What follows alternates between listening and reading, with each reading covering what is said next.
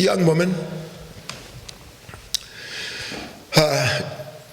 moves into a new small city. Part of it wanting to get away, part of it because work opportunities were there. And she was single. And don't reject this, okay? And like all people in this instance, something was always talking to her about being alone.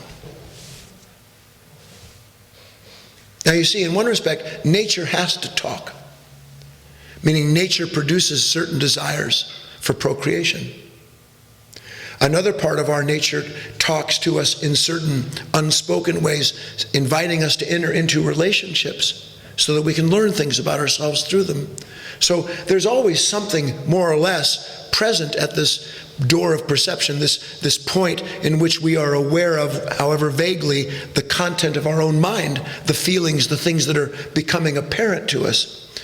And so she moved into this small city, and like everyone else, wasn't there very long before she thought to herself, I gotta get out, I gotta meet people, I gotta do something with my life. I can't just be like this. And so she went through the newspaper and found an ad, and it said, "City Dance, live orchestra. Come and meet friendly men and women." She thinks to herself, this is it. This is exactly what I need. I love music, I love dancing, I love people. So, next night, after 3 wardrobe changes, she's off to the dance. And she gets there, and picture this large ballroom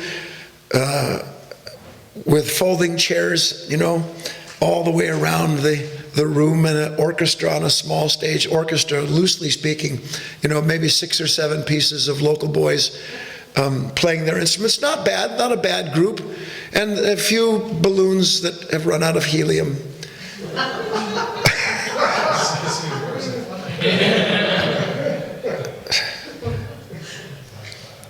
Yes? And she's sitting there, and the next thing she knows, here comes a handsome young man walking over to her and says to her, "Hi." She says, "Hi." He says, "May I have, it's a waltz, may I have this dance?" She said, "Well, yes, of course," and quite happy with herself. And so, round and round, they dancing around the room. And imagine, you've seen the movies, everything, the camera focuses in and everything kind of comes to a stop. The rest of the people cease to exist. And the next thing you know, he waltzes her right out the back door into an alley where there's 4 people there, and she gets mugged. She wakes up in the alley an hour later, her purse is gone. She can't believe it. How could this, what kind of terrible luck is this? She's thinking to herself, this is the worst. I'm so unhappy. I'm never gonna, I'm gonna move. And all those thoughts, she goes home. 3 nights later, she's thinking to herself, that just had to be one, just one bad situation. Besides, maybe if I can recognize them, I'll call the police and get them involved, and they'll be sorry they ever did that to me. Remember what I said? Reach a point where you understand you can't talk yourself out of something. She's still talking herself into something. Off she goes to the dance. She gets there, it's not the usual orchestra. Instead of, it's kind of a sort of a bad version of Kiss.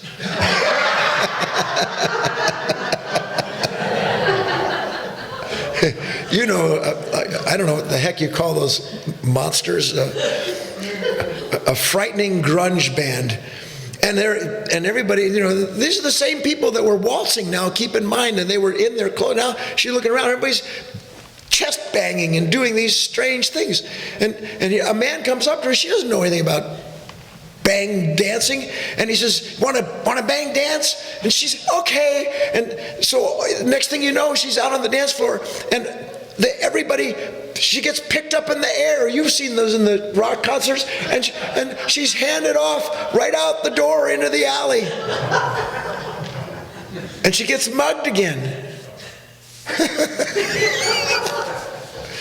And try to picture her face. At first, this kind of fun, kind of wild. Next thing you know, she knows she's headed for the door. Do you know when you're headed for the door? Do you suspect it? Comes to, and she's, oh, this is terrible. I knew I shouldn't have come. I'm never going to do this again. Meaning I'm never going to, over and over again. 2 weeks later, she's so miserable she doesn't know what to do with herself, but she doesn't want to be alone. She picks up the newspaper, and in the very town center where she goes, she reads square dance.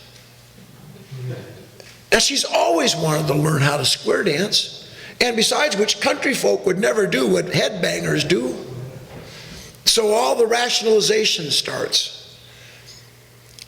Puts on her finest line dancing, cowboy booted, frill dressed, flinging outfit.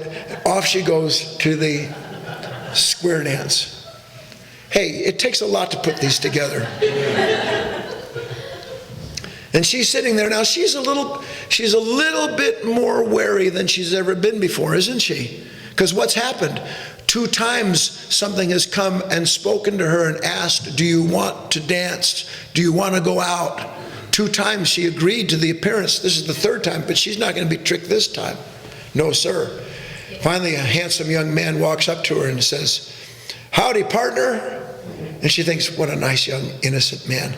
Howdy, she says. He says, you ready to do a little square dancing? She said, you bet I am. And so there she's out there on the dance floor. And do you know what do-si-do is?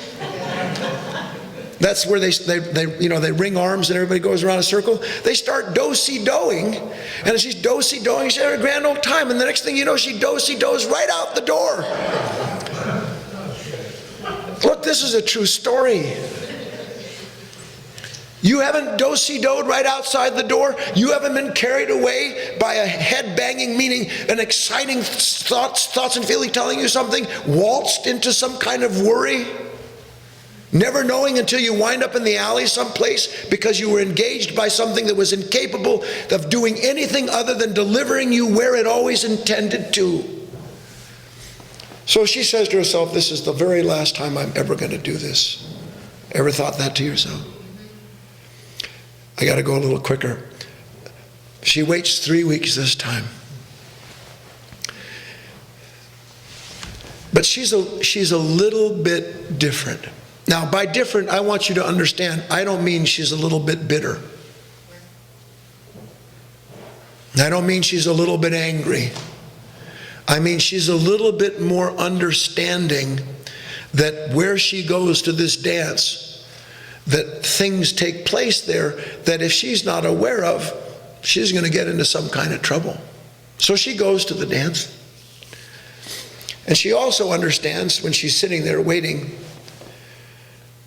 listen carefully, that every time this has happened to her, it's because she was very quick to leap into the arms of whatever came and engaged her. So she's sitting there, and another handsome young man walks up to her, and he says to her, may I have this dance? And then a really important and unique thought comes to her. And it has to come to you when thoughts appear, when these emotions appear and start talking to you, engaging you, trying to carry you off someplace. Do you know what she said to the young man? No, thanks. I think I'll just sit this one out.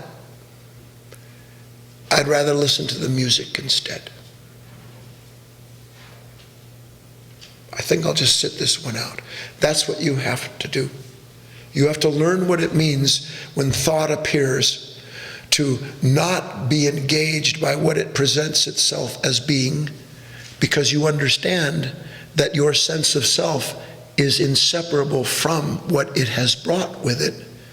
And you decide to sit this one out.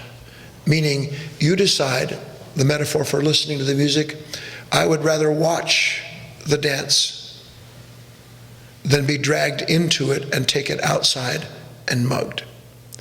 Now, that doesn't mean that you sit outside of life. That's not the meaning of this story.